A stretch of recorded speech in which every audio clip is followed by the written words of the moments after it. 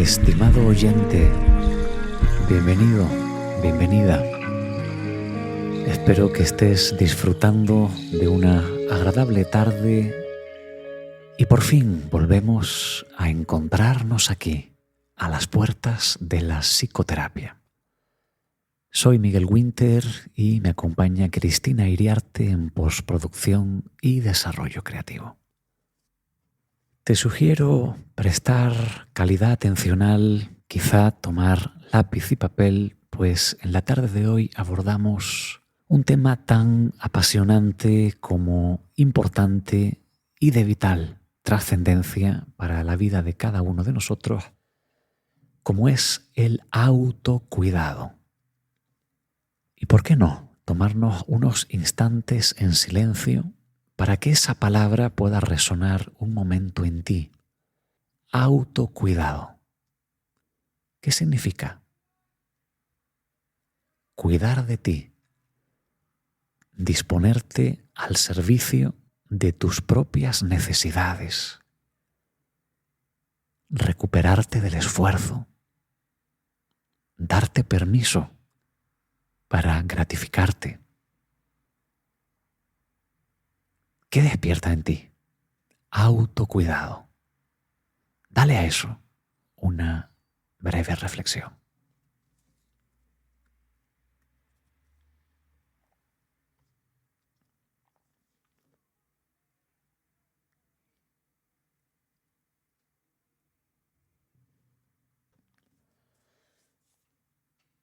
No cabe duda de que los seres humanos somos personas únicas, singulares, irrepetibles.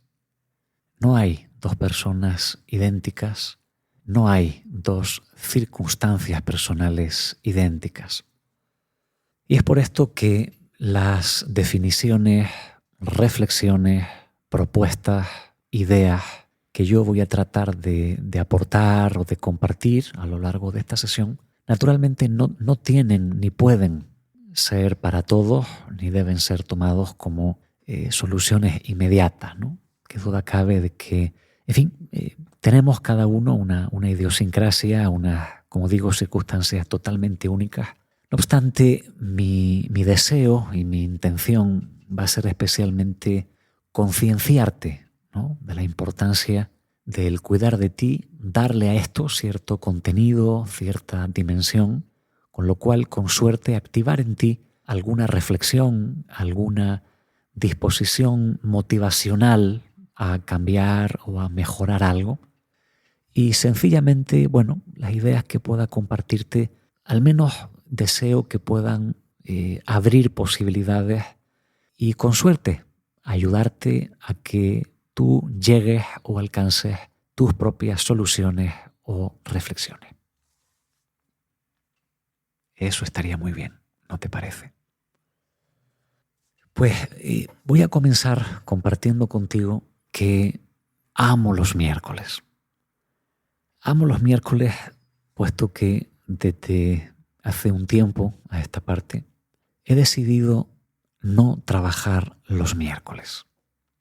Y probablemente pequeñas inquietudes o incluso pequeñas travesuras creativas, como empezar este podcast, tengan que ver y sean felices consecuencias a decisiones con cierta autoría como esa, ¿no?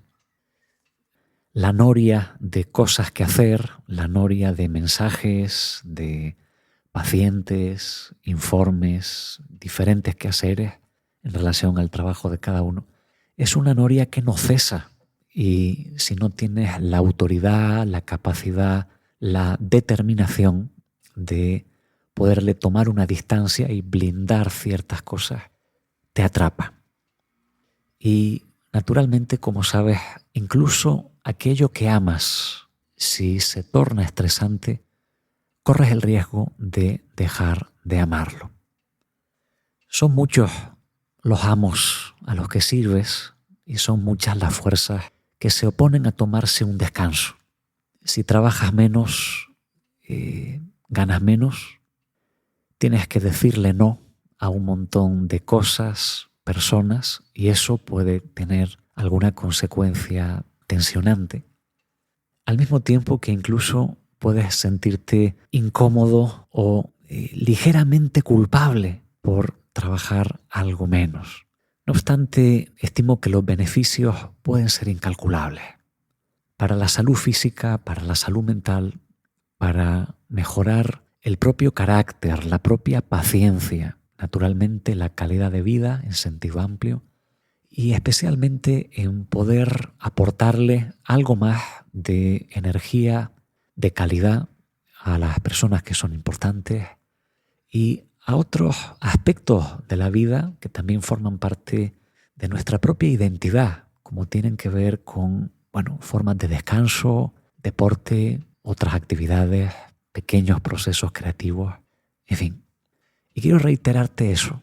Amo los miércoles, puesto que arrancar la semana tratando de dar mi mejor versión, ¿no? Especialmente a mis pacientes, en lunes, martes, sesiones de mañana, sesiones de tarde, para llegar al miércoles y poderme recuperar bien, poderme todavía con cierta buena energía implicar en otras cosas que también me nutren y me renuevan, para de nuevo jueves y viernes afrontar en las mejores condiciones posibles, ¿no? Y especialmente las personas que trabajan en ámbitos sanitarios y naturalmente en salud mental, sabemos que el trabajar con nuestra propia persona y personalidad, de alguna manera somos nuestro propio instrumento de trabajo, con una responsabilidad enorme, nada más y nada menos que teniendo acceso a la intimidad y a la interioridad de seres humanos y teniendo un impacto de alguna manera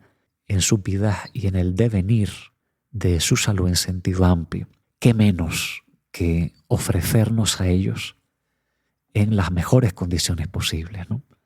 Entonces, en mi caso particular, me siento contento y feliz en ese sentido, puesto que de nuevo jueves y viernes me puedo disponer y entregar a ese servicio vocacional en buenas condiciones para ya luego de nuevo el viernes tarde, noche, finaliza y ahí está el fin de semana, de nuevo la orilla donde poderme recuperar y todavía con buenas energías disponerme en otros ámbitos también nutritivos y creativos de la vida, ¿no? Y con cariño, y si ustedes me lo consienten, me voy a permitir una pequeña nota de humor, y es que no sé si se dieron cuenta en que en nuestro calendario de origen babilonio, si mis datos son correctos, este calendario de 7 días, ¿verdad?, semanales que tenemos, no sé si vieron que en muchas agendas el miércoles se representa con una X, ¿no? L, M, X, J, V, bien, de lunes a viernes. Y por ahí me pareció interpretar mejor que la X, tal vez los babilonios nos quisieron decir que la X no era para diferenciarse de la M del martes, sino para indicarnos que no se debía trabajar los miércoles. X, prohibido, salir de ese lugar, no trabajar los miércoles. Y tal es así, recuerdo hace unos años en un diario digital, honestamente no recuerdo cuál era, pero tomé una anotación de un artículo que me pareció fascinante a este respecto y le voy a leer la nota que tomé en aquella circunstancia. Creo que la debo tener por aquí. Y dice, otros modelos dentro del coaching empresarial y particularmente la parte de la psicología que se ha ocupado de del optimizar las condiciones laborales en términos de calidad de vida y productividad. Ciertos modelos abogan por solo ir a trabajar 4 días a la semana. ¿Cómo sería ese mundo aparentemente ideal en el que los días de descanso semanales se hayan ampliado a 3 días? Esto es un sueño cumplido para unos pocos afortunados como Tiffany Schoen, una empleada de la empresa de marketing digital Versa, la cual ha optado por cerrar los miércoles, pagando un salario a sus empleados por los 5 días al completo. Grande Tiffany, grande Tiffany. Y dice ella, tenemos una tasa de rotación de personal muy baja y los equipos son muy consistentes, lo que nos hace muy atractivos para los socios. Y por último, dice ella, cerrar a mitad de semana hace más productivos a los trabajadores, ya que tener un día de descanso a mitad de semana les hace estar más frescos y en mejores condiciones. No tengo duda de ello, estimada Tiffany, doy fe. Y mi última anotación de aquel artículo de 2019 dice: no es la primera vez que sucede. Un estudio realizado por una empresa neozelandesa llamada Perpetual Guardian concluyó que una jornada laboral de 4 días aumentaba esta productividad e incluso el compromiso de los trabajadores para con su empresa. Estimado amigo, estimada amiga, no trabajemos los miércoles. Hagámoslo juntos. Como comenté antes, te pido disculpas si esta aseveración te genera alguna tensión. Naturalmente que, como dije, cada uno tiene que buscar sus propias soluciones realistas y graduales dentro de la propia estructura semanal, dentro de los compromisos, responsabilidades que uno tiene. Al menos confío en poderte trasladar, ¿no?, un poquito, en fin, una mirada flexible y sobre todo un tono motivador que sobre todo quiere darse la mano con tu propia disposición al autocuidado. Y así, la estructura, la dinámica que seguiremos en la sesión podcast de hoy será la de introducir algunos conceptos y principios acerca del autocuidado. Te propondré algunas herramientas prácticas. Visitaremos nuestro sillón existencial para encontrarnos con algunas líneas inspiradoras del poeta turco Nazım Hikmet y finalizaremos guiando una pequeña práctica de autoconciencia que denominaremos un espacio de respiración. Y voy a comenzar definiendo el autocuidado como todo esfuerzo honesto que la persona pone al servicio de sí misma en relación a salvaguardar la propia integridad corporal y mental. Autocuidado, esfuerzo honesto, amable, de ponerse al servicio de uno mismo para validarse, para legitimarse, para reducir sus propias tensiones, para protegerse, para aportarse lo que le nutre y protegerse de lo que le daña. Autocuidado. Siguiendo la obra de Hugo Bleichmar, psicoanalista de origen argentino, fallecido en el 2020 y máximo representante de un enorme intento integrador dentro del psicoanálisis moderno, y en concreto autor del modelo enfoque modular transformacional. Probablemente en futuras sesiones podcast, a tiempo que vayamos revisando diferentes psicopatologías, hablaremos de los trastornos depresivos, del afrontamiento de los cuadros ansiosos, de diferentes patologías. Ahondaremos mucho también a través de este modelo. Por el momento solamente quiero traértelo, porque hay un concepto, ¿no?, hay un sistema motivacional que Bleichmar describe que denomina el sistema de auto-heteroconservación. Estas palabras no deben despistarte o confundirte. Básicamente, heteroconservación es todo esfuerzo puesto al servicio de salvaguardar al otro. Se trata de el cuidado del otro, la protección de la vida del otro, cumplir funciones de protección, cuidado, tranquilización, acompañamiento del otro.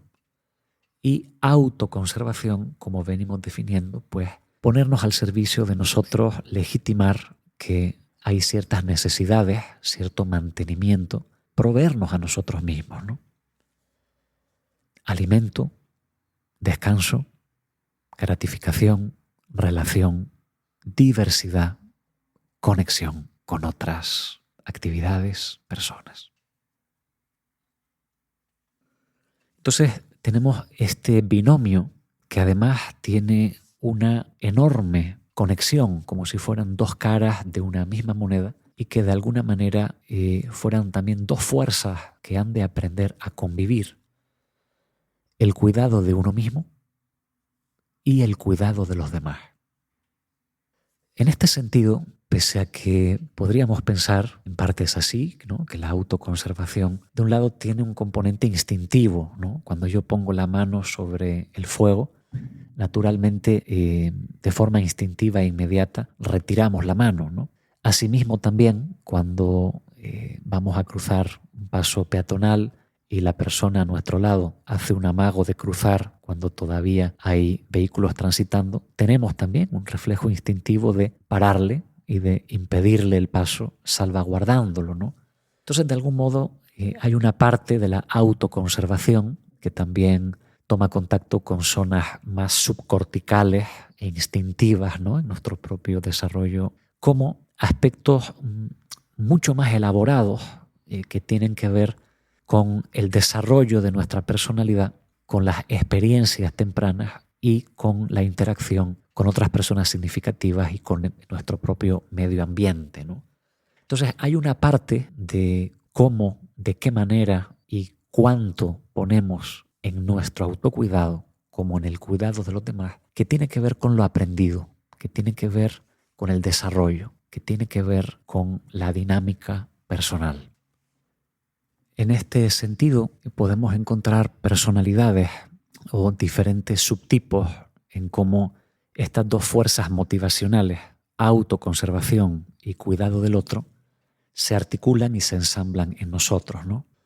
No obstante, lo que al menos profesionalmente me he encontrado con muchísima más frecuencia en la consulta y también alrededor de la escucha a otros compañeros, y también lo que aparece, ¿no?, en la literatura científica en salud mental, mucho más habitual encontrarnos a personas que tienen la heteroconservación, la entrega al otro y el poner su mente, su cuerpo, su esfuerzo y su energía al servicio de lo que los demás necesitan, pasando por alto, desestimando, olvidando y desatendiendo las propias necesidades, es mucho más frecuente, ¿no? Naturalmente habremos escuchado acerca del burnout o síndrome del quemado en el cuidador que, bueno, durante largo tiempo pues sostiene, ¿no?, un grado de estrés y de desbalance en esta dinámica que hoy estamos explicando, como también la persona que sitúa en el centro de su propia identidad personal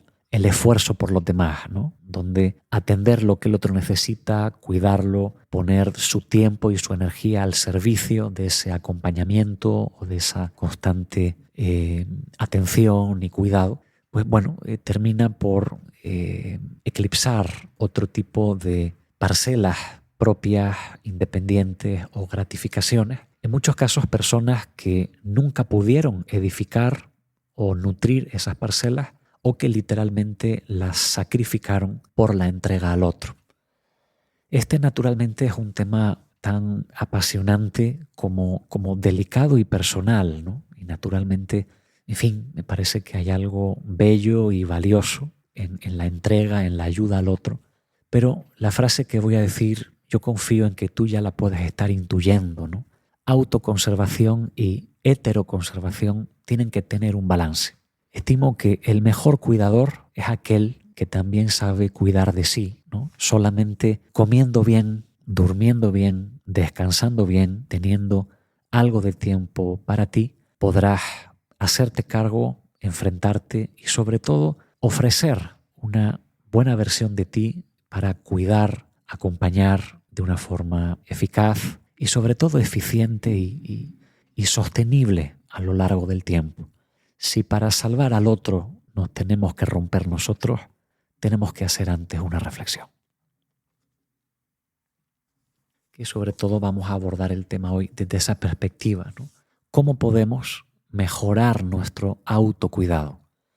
¿Cómo podemos lograr una alineación, una armonía entre el rol laboral que queremos desempeñar en las mejores condiciones y con la mayor efectividad y responsabilidad posible? ¿Cómo armonizar eso con también los roles familiares asociados a las responsabilidades y situaciones que tienes, ¿no?, cotidianamente en ese ámbito? junto con las propias necesidades de autocuidado, cómo poder armonizar estos elementos, ¿no? Tu trabajo, tu familia, tu esfuerzo, tu responsabilidad, tu entrega y el propio cuidado de ti mismo para sostener esto en el tiempo del modo más razonable y feliz posible, ¿no? El otro día hablábamos sobre los amos a los que sirves. Si traemos un poquito de lo comentado el otro día, lo primero que nos encontramos es que el mundo tiene una velocidad. El mundo imprime una velocidad, te arrastra en su inercia. Hablábamos antes de esa noria incesante, ¿no? Hay un correo electrónico, hay una llamada, hay un mensaje, hay una llamada en el timbre, hay una persona a la espera, hay un informe por hacer, siempre hay algo que se concatena una cosa tras otra. Hay una velocidad a la que tus compañeros, compañeras se mueven, una velocidad a la que los coches conducen, una velocidad a la que las personas conversan, una velocidad, unos tiempos, unos plazos. Hay una velocidad presionante.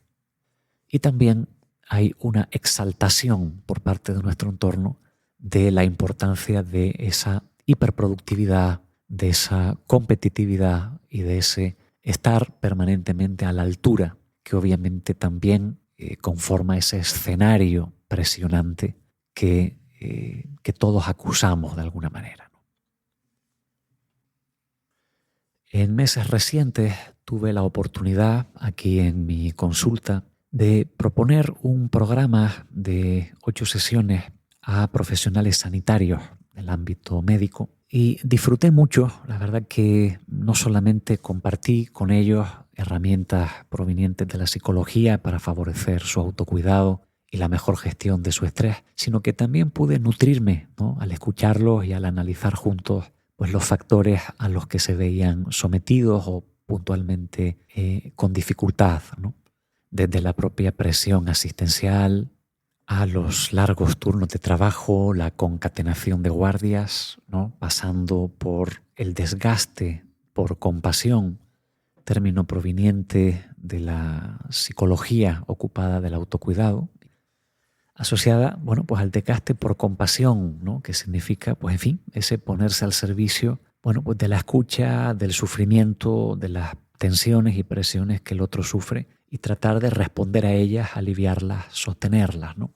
Y al mismo tiempo, ya por mi propio conocimiento y también en el trabajo con estos profesionales médicos, aspectos internos también, ¿no?, referentes al propio perfeccionismo, a la propia autoexigencia y a los roles también donde muchas personas toman como centro de su identidad personal el estar al servicio del otro, ¿no? Imagínense una persona que, bueno, pudiera, por ejemplo, dirigir un servicio médico al mismo tiempo que tratar de ser ejemplar a los ojos de compañeros y a los ojos de quienes aprenden de él o de ella, al mismo tiempo que responder a las expectativas que tienen los pacientes, los familiares, al mismo tiempo que en sus propias casas de repente también ser soporte, tener liderazgo y ser los artífices del funcionamiento familiar. Y así en diferentes áreas de la propia vida, ¿no? Muchas veces las personalidades con alta exigencia, fuertemente evocadas al servicio a los demás y con un juez interno también punitivo, ¿no?, donde a veces uno no se da permiso o no se legitima a sí mismo para un descanso, para postergar algo, para decir no, para decepcionar a alguien, con lo cual las fuentes de presión son múltiples, ¿no?, internas, externas y la interacción entre ambas. Decía que comparto muchas veces con mis pacientes y evoco con frecuencia en mi mente la frase de Viktor Frankl que dice la persona solo vive en plenitud si se orienta hacia algo más allá de sí mismo. Entonces, fíjense que estimo que hay algo bello también, ¿no?, en la naturaleza del ser humano, en donde la voluntad de cuidar del otro muchas veces está más disponible, exacerbada y activa, encendida en la dinámica de las personas, muchas veces pasando por encima del propio autocuidado, ¿no? Observen esta frase de Viktor Frankl: el hombre solo vive en plenitud si se orienta hacia algo más allá de sí mismo. Es decir, enfocarse en hacer algo, ponerse al servicio de algo que no es él mismo, ¿no? El cuidar del otro, el aportar a los demás, ¿no? Si además, por ejemplo, nacemos en un entorno donde cuidar de nosotros no se entrena, no se estila, no se muestra, no se propone, y los modelos que tenemos tienen que ver con la hiperproductividad, con que los hombres no lloran, con que la entrega al otro debe estar por encima de cualquier cosa. Bueno, realmente, como digo, por un lado creo que hay algo bello en la naturaleza humana y también en el hecho de que uno puede encontrar sentido vital entregándose a los demás, como también por otras vías hay fuerzas poderosas, nos enfocan fuertemente en eso, pero cuidado, si perdemos el autocuidado, entonces lo que es bello y tiene sentido se nos puede volver en contra. Autocuidado y cuidado del otro deben de balancearse. Me imagino que algunos estarán pensando en Santo Tomás de Aquino, en Aristóteles, ¿no? En la antigua Grecia, en la virtud, en encontrar la virtud en el punto medio, ¿no? En el justo medio aristotélico. Me encantan las referencias a la antigua Grecia. Había mucho saber valioso allí. Entonces, piense un instante en qué se opone al autocuidado. Culpa, vergüenza, identificación con la hiperproductividad, el deseo narcisista de ganar dinero, ser mejor que el resto, estar a la altura de un público que uno quiere tener, vencer a los rivales. ¿Qué se opone al autocuidado? Un exceso de identificación con ser salvadores o simplemente el descuido de las propias necesidades que por algún motivo pasan inadvertidas y uno no puede ver más allá, quedando atrapado en esa concatenación de acciones de cuidado del otro que no tienen pausa ni descanso. Pensemos. Y ahora sí vamos a plantear propuestas. Veamos cuáles son estos principios de autocuidado que vamos a convertir también en pautas y en propuestas concretas que confío puedan al menos estimularte y llevarte a alguna idea. Principios de autocuidado. Punto número 1. Tienes que tener un momento de parada. Es decir, tal vez al final del día, al menos tomarte 10 minutos en donde poderte escanear. Es decir, 10 minutos, puede ser sentado o sentada en tu sillón favorito, puede ser caminando a solas, contigo mismo, contigo misma, en un reflexivo paseo. Puede ser sentado, sentada en tu esterilla o en tu pupitre favorito. Tiene que haber un momento de parada, donde puedas inhalar y preguntarte de forma interna y sentida cómo estás. Y sobre todo fijarte en algunos parámetros, ¿no? ¿Qué grado de cansancio o agotamiento tengo? Y en este momento, ¿qué grado de tensión muscular tengo? Señales de inflamación, dolor, tensión. ¿Cómo llegas al final del día? ¿Qué deja en el cuerpo el movimiento realizado, el tiempo, las horas sentado, sentada, las diferentes posturas en las que has abordado los quehaceres diarios? Entonces pregúntate, ¿cómo está el cuerpo? ¿Qué grado de energía o agotamiento traigo? ¿Y cómo está la mente? ¿Hay movimiento, preocupación? ¿Hay una moviola acerca de cosas que pasaron hoy o de cosas que ya anticipas resolver mañana? ¿Cómo está la mente? ¿Hay movimiento o hay quietud? ¿Y cómo estás a nivel interno? ¿Hay señales de crispación, impaciencia, irritabilidad? ¿O por el contrario llegas en buenas condiciones y te sientes paciente, amable, creativo, divertido, divertida. Entonces, la primera consigna es un momento de parada, un momento de bajar la velocidad para chequear cómo está la máquina, cómo está el sistema, cómo está el cuerpo, cómo está la mente, cómo está la afectividad. A partir de ahí, eso te permite reflexión y motivación para cambiar algo, ¿no? Pero ese momento de parada ha de estar ahí. Y aprovechar ese momento de parada también para trabajar el ensayo mental, o en palabras sencillas, la planificación, visualizando del día siguiente, por ejemplo, ¿no? Una herramienta poderosa es: piensa un momento en tu semana como si se tratara de un maratón, ¿no? De una carrera en donde sales de la propia salida el lunes en la mañana, realizas todo el recorrido y terminas en el viernes, por ejemplo, en el caso de muchos, terminas en el viernes al mediodía o en el viernes por la tarde-noche. Trata de verla como un recorrido que has de hacer, y trata de pensarla también en términos de dónde podrías elegir bien el situar los puntos de avituallamiento. Es decir, entre el esfuerzo y el descanso y la llegada del siguiente esfuerzo, ¿qué puntos de avituallamiento estamos teniendo y cómo podrían estos optimizarse, ¿no? ¿Qué serían los puntos de avituallamiento? Bueno, pueden ser desde un descanso, aún siendo cortito, en medio de la propia actividad laboral, y qué calidad tiene ese descanso y con qué frecuencia ocurre, cómo naturalmente, cómo disponemos de nuestro tiempo fuera del propio trabajo, ¿no? Es decir, qué tipo de actividades elegimos para relajarnos, nutrirnos, descansar, divertirnos, conectarnos con otras cosas, ¿no? Había un viejo psicólogo cuya frase era: el grado en el que usted va a ser capaz de desconectar de algo tiene mucho que ver con la capacidad que usted tiene de conectar con otras cosas, ¿no?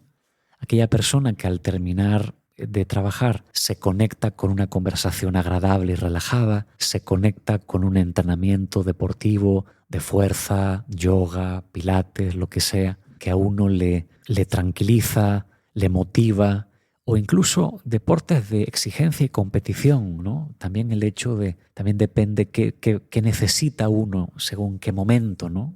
Muchas veces un deporte de alta intensidad puede ser desgastante a nivel de energía, como una clase de pilates puede ser tremendamente restaurativa, como si, por ejemplo, lo que buscamos es relajación mental, ¿no? Obviamente, un deporte intenso o una situación de competición puede ser tremendamente eficaz para desconectar mentalmente del trabajo, puesto que nos conecta y nos exige en otro nivel afectivo y mental. Cuando algo nos interesa, nos involucra y nos motiva, nos permite desprendernos de lo anterior, ¿no? Entonces, estas son ideas importantes, ¿no? Pensar en tu semana como un esfuerzo que precisa de puntos de avituallamiento. Y esto nos lleva a un principio más, que es la diversidad o la necesidad de diversificación que tiene la persona humana, ¿no? Naturalmente habrá personas que tengan una necesidad de diversificar diferente a otras, pero ¿qué significa diversificar? A este respecto, recuerdo a lo largo de la historia de la segunda mitad del siglo XX de la psicología y la psicoterapia, recuerdo el trabajo de Linville. Hay un tramo en la historia de la psicología donde surgen teorías que tienen que ver con la autoconciencia, con la autoeficacia, y hay una enorme correlación, una enorme relación positiva entre el autoestima, el experimentar emociones positivas acerca de uno mismo y la propia experiencia, y el tener al fin y al cabo un mayor control sobre la propia vida, ¿no?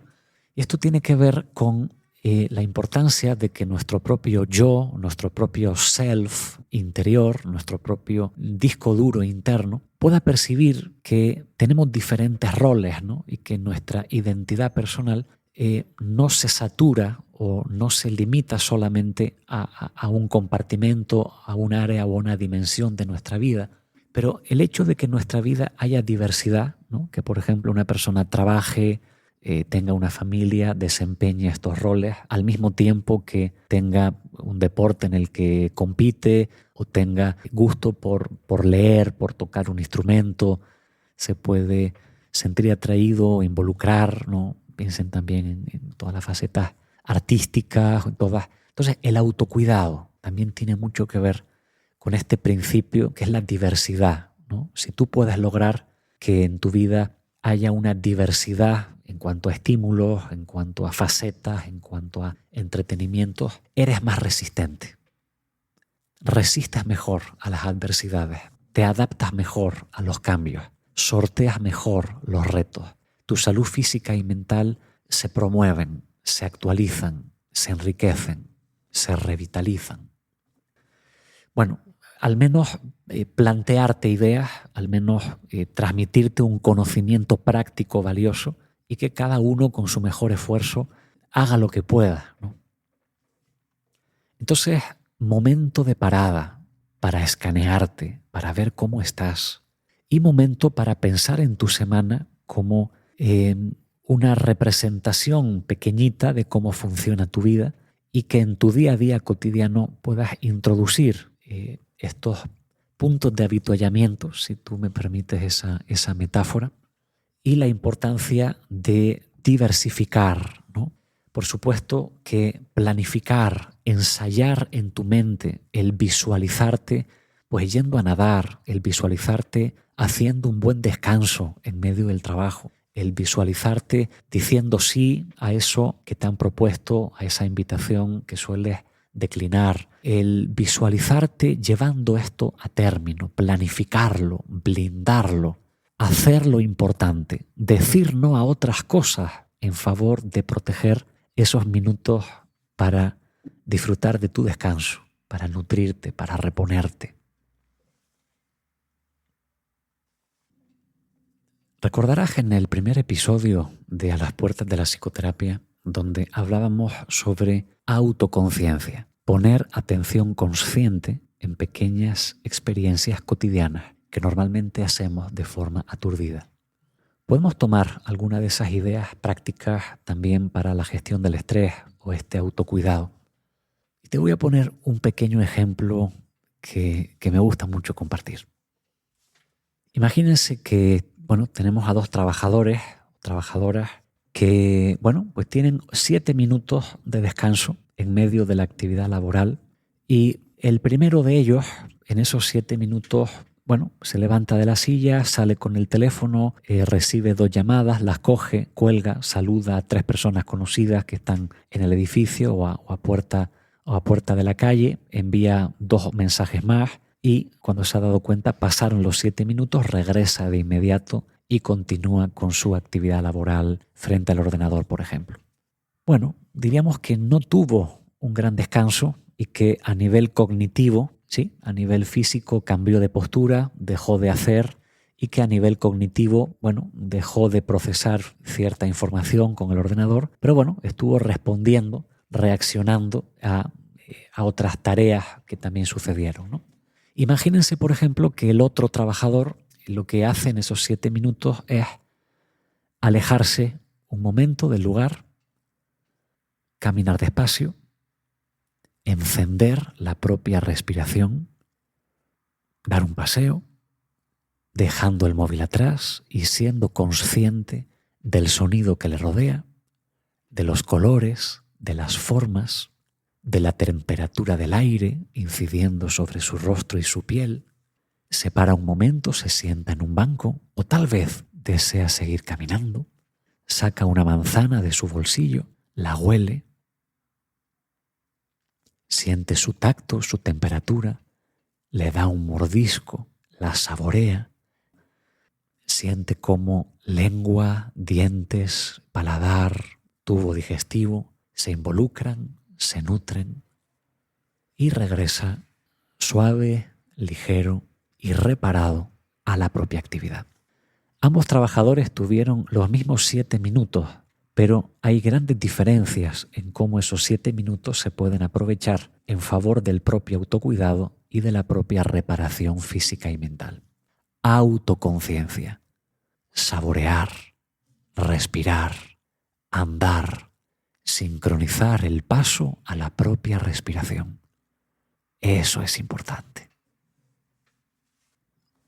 Otro principio de autocuidado y herramienta fundamental: la comunicación eficaz. Desde la perspectiva que estamos desarrollando hoy, simplemente lo vamos a plantear desde el término asertividad. El próximo día vamos a abordar la primera sesión sobre la comunicación eficaz y vamos a desarrollar fuertemente este tema comenzando por la asertividad, presentándolo hoy como una herramienta al servicio de estos principios de autocuidado. Lógicamente, la persona que es capaz de pedir ayuda, la persona que es capaz de delegar, la persona que es capaz de compartir su carga, la persona que es capaz de decir no, tiene mucho poder. Cosa a veces muy difícil, ¿cierto? Hay que tengamos una verdadera comunicación útil, eficaz. Qué importante puede ser involucrar a los demás, darnos permiso para delegar en algo. O fíjate, incluso darnos permiso para decir que no a algo que nos piden, ¿no? ¿Cuántas veces se delega en nosotros, nos piden un favor, alguien deposita confianza? ¿Y cuánto cuesta decir que no? ¿Cuánto cuesta decir que no? Entonces, estimado amigo, estimada amiga, yo te puedo asegurar de que existe una enorme diferencia entre detenerte a chequear cómo estás, detenerte a planificar tu día siguiente, hacer un ensayo en tu mente, ubicar de modo adecuado ciertos puntos de avituallamiento. Existe una gran diferencia entre descansar 7 minutos con autoconciencia en lugar de hacerlo de un modo automático y perdido de ti.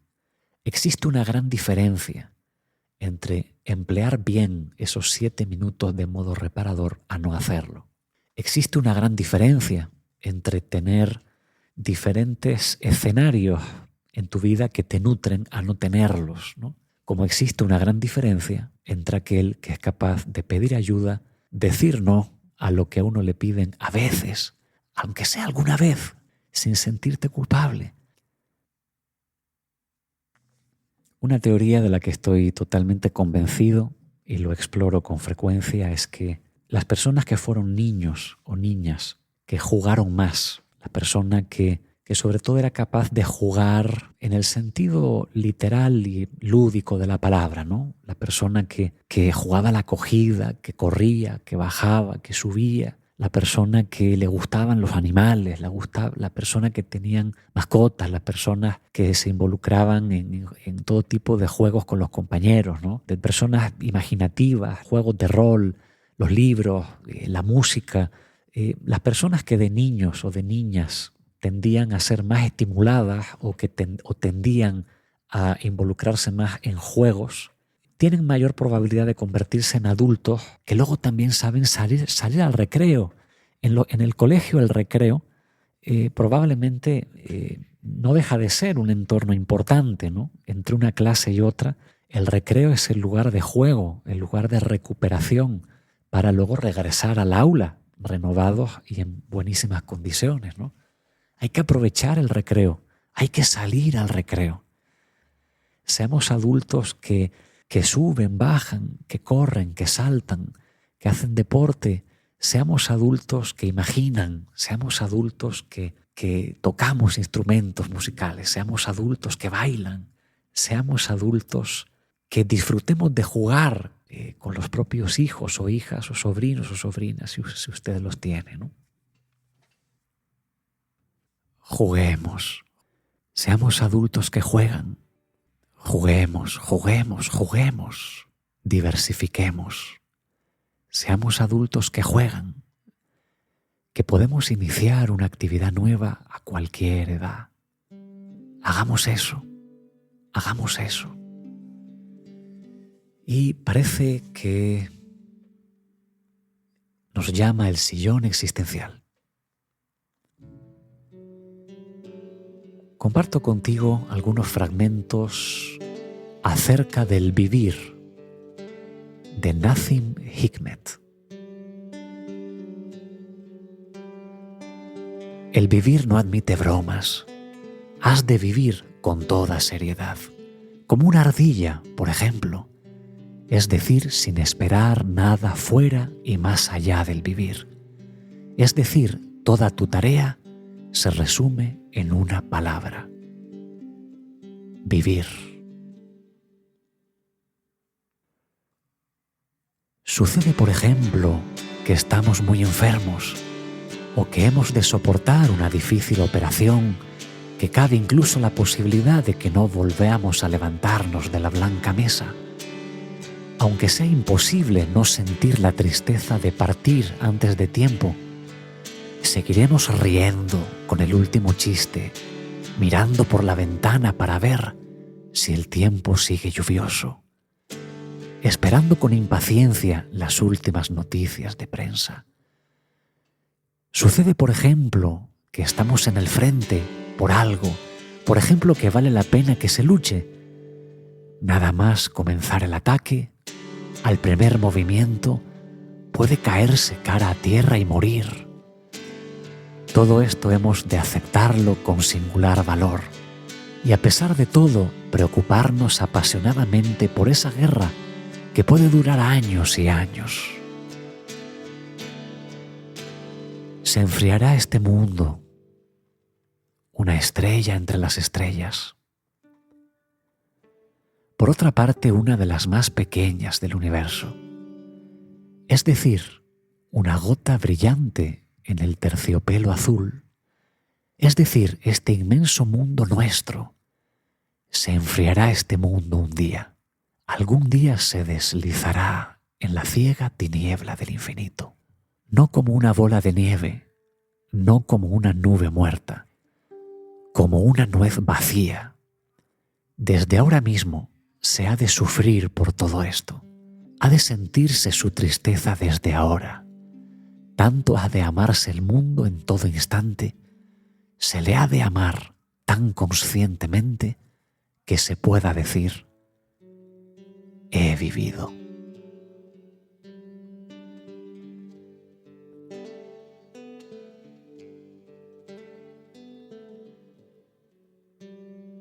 Vivir. Esa es tu tarea. Nazim Hikmet, poeta turco, primera gran mitad del siglo XX. Nazim Hikmet, gracias por eso.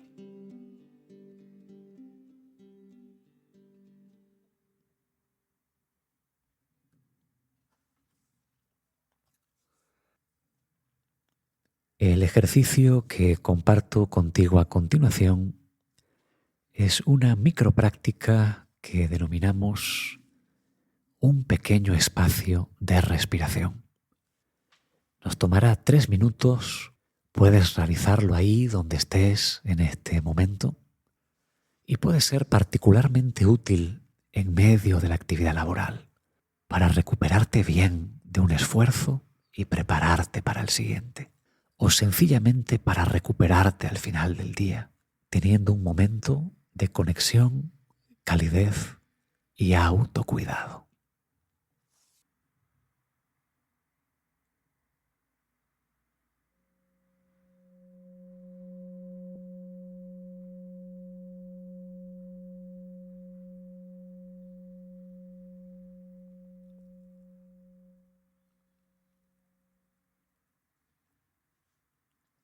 Toma conciencia del apoyo de tu cuerpo, de las zonas que están directamente dándote soporte en este instante. Tal vez el contacto de los pies, nalgas, espalda. cabeza.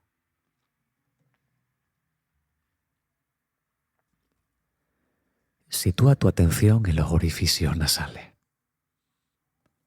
para notar bien cómo el aire entra y sale, siendo consciente de la temperatura que tiene y del roce del aire en nariz, garganta.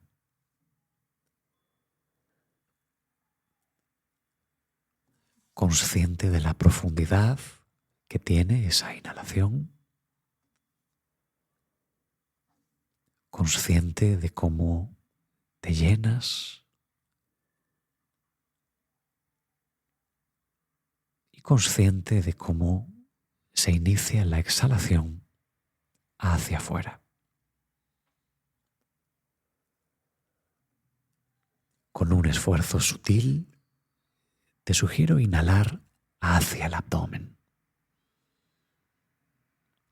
Inhala y realiza una breve retención al lleno, suave y gentil, quizá 1 segundo o 2, según tu propio criterio. Entonces inhalamos, retenemos 1, 2 y soltamos.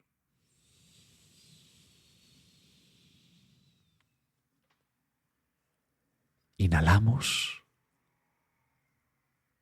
retenemos 1, 2, soltamos. Eso está muy bien. Al inhalar, siente el abdomen.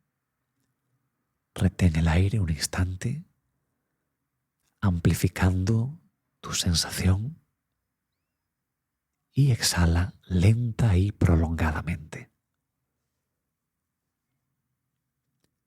Al inhalar con amabilidad, siente,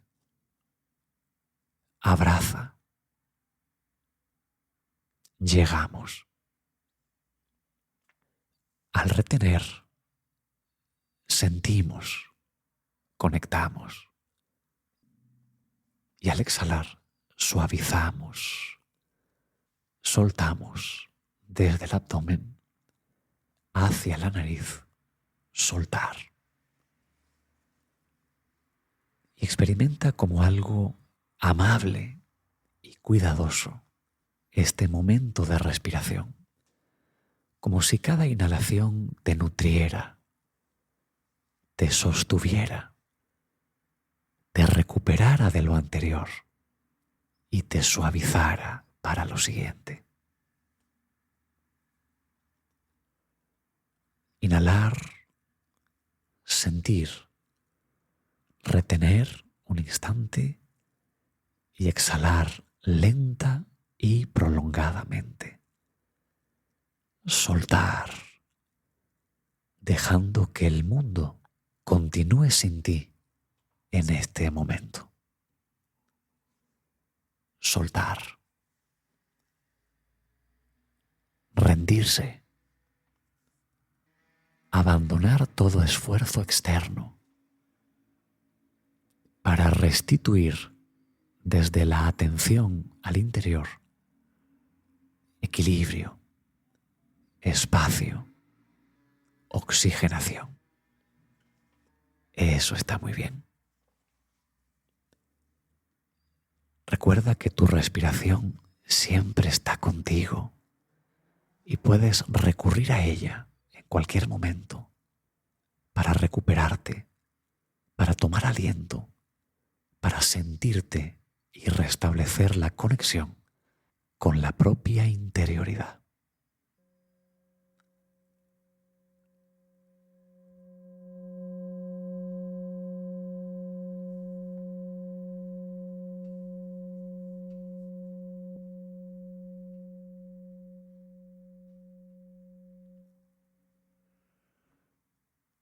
Estimado amigo, estimada amiga, creo que todo esto ha estado muy bien. Y te sugiero darle una vuelta. Momento de parada, escanearte, chequearte. ¿Cómo estás? Visualiza, ensaya en tu mente el día siguiente. ¿En qué momento podrías ir programando tu mente para hacer un descanso de calidad? Programando tu mente para decir sí a ese pequeño deporte, para decir no a eso que a veces te piden sin sentirte culpable por ello. Volver a ser un poco niño o niña y darte permiso para salir a jugar o incluso para empezar algo nuevo. Vivir es tu tarea. Vivir es tu tarea. Y aquí es donde sucede, y así es como termina. Esto ha sido A las puertas de la psicoterapia. Este podcast del que no es necesario que hables con nadie, puesto que me basta y me contenta que sea algo entre tú y yo. Feliz semana. Próximo domingo, Comunicación Eficaz. Capítulo 1.